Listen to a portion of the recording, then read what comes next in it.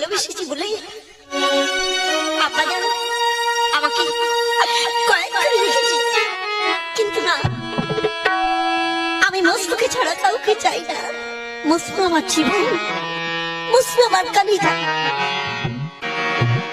আব্বাজান আমাকে কয়েক করে রেখেছি, কিন্তু আমি মসরুকে ছাড়া কাউকে শাদী করবো না। মসরু আমার জান, মসরু আমার কালিজা। চলো না যার বিস্তার করে বেটি লাইলিকে সাথে দিতে হবে। বেটি লাইলি, তুমি আপুর সাথে কি মনে করি? বেটি আমি ভেবে দেখলাম বেটি ছোট্টবেলা থেকে তুই যাকে প্যার মহব্বত করিস, তার সাথে যদি শাদী না নেই দিলে অনেকটা আঘাত পাবি। তুমি কার কথা বলছো আপু? আমি তার মসরুর কথা বলি। আমার মসরু লোকজন নেতা নিয়ে এসেছে, মৌলভী সাহেব এসেছে, তুই না গেলে আমি শাদী থেকে ভুল করতে পারছি না। আপু তুমি ঠিক বলছো। খোদার কসম তোর আপাতত জিন্দগিতে কোনোদিন ঝোট বলেনি, আজও বলবে না। ঠিক আছে তুই আয়, আমি চললাম। আমার মস্ত এসছি, আমার মস্তুর সাথে হবে আমার শাদী। বহুত লোকজন তার নাম নিয়ে এসছে, আমি যাই আমার মস্তুর কাছে যাই।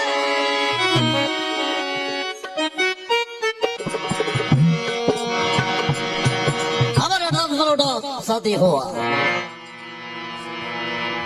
अल्लाह लेके शादी करते बोले थे रोटा हो भी। अब अम्मा जल्दी बुलाओ ना, बच्चा जी का हमारा बस में भेज दीजिए। बहुत से इस्लाम आइए। सलाम सलाम वालेकुम। আমার একমাত্র বেটি আমি তোমার হাতে তুলে দিলাম। যে না শুধু তা নয়, আমার বেটি লাইলিকে নিয়ে তুমি আজ রাত্রি তুমি তোমার দেশে চলে যেও। কেন? আমার এমনি। তাহলে আমি আসছি। জি জনাব। লাইলি हमारा हमारा लैला बीबी बंदा जल्दी लैला बीबी को हमारा बस में भेज दीजिए। আব্বাজান বললো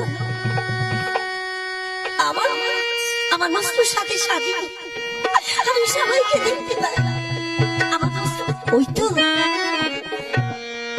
আমার মস্তু, আমার মস্তু মাথাতে তাজ বেঁধে আমাকে শাদী করতে এসেছে। আমি যাবো এই মস্তু,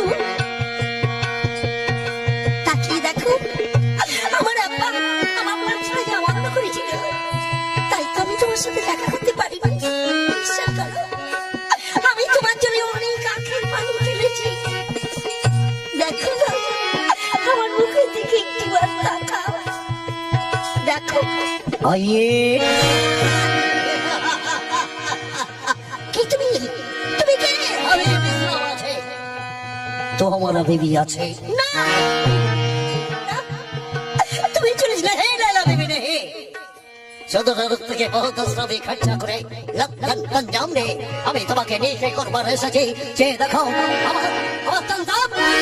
তোমাকে যেতে হবে, তুমি চলে যাও। नहीं प्यार नहीं, তুমি যদি না যাবে জলদি জলদি তোমাকে জোর করে নিয়ে যাব। আমার তন্দাম না,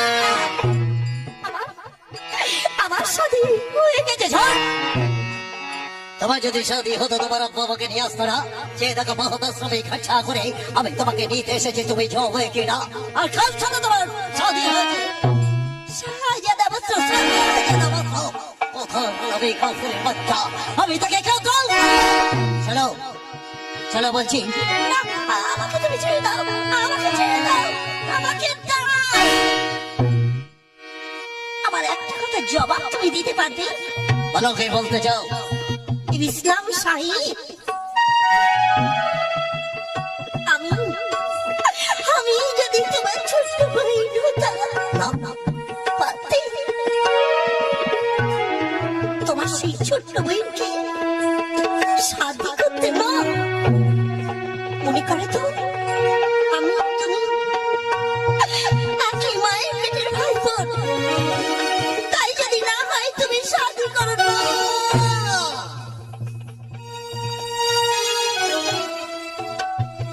কোন বেয়াদব পারে না তার ছোট্ট বহিনকে শাদি করতে?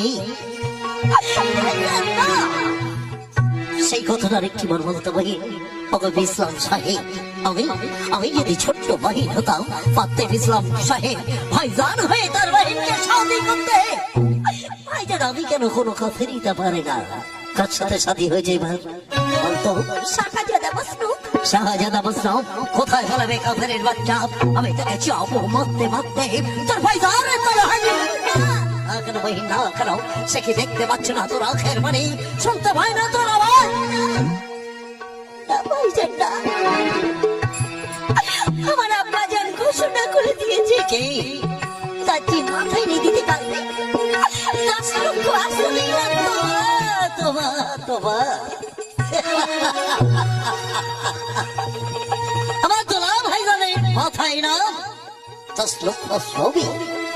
বেশ আমি যাই। ভাইজান না, ভাইজান নয়, আমি ইসলাম সাহেব। আমি সদর আরব থেকে এসেছিলাম বহুত লোকজন নিয়ে তান্ডাম সাজিয়ে আমি তোকে শাদি করতে।